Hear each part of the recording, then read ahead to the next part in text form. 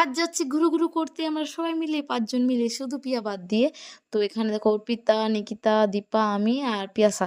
তো দীপাকে হচ্ছে তোমাদেরকে বলে দেই, দীপা হচ্ছে যে অর্পিতার দাদার মেয়ে, ছেলে বলছি। তো দীপাকে অনেকদিন থেকে বলছিলাম আমাদের বাড়িতে আসতে, তো আজ এসেছি। তো এখন আমরা মোমো খেতে এসেছি, এখানে মোমো আমি বিক্রি করছি। আমি এখন মোমো দোকানে কাজ করছি।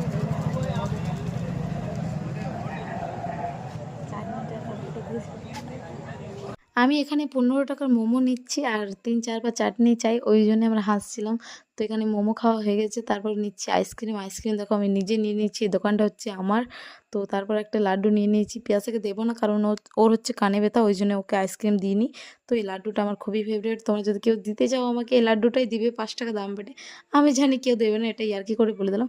এখন যাচ্ছি বাড়ি, কারণ একটু বাড়ি যেতে হবে, একটা কাজ আছে ওই জন্যে। তো যাই। তো পিয়াসা ওর কানটা দেখো দেখাচ্ছে যে আমার কানে ব্যথা হয়ে গেছে দেখ।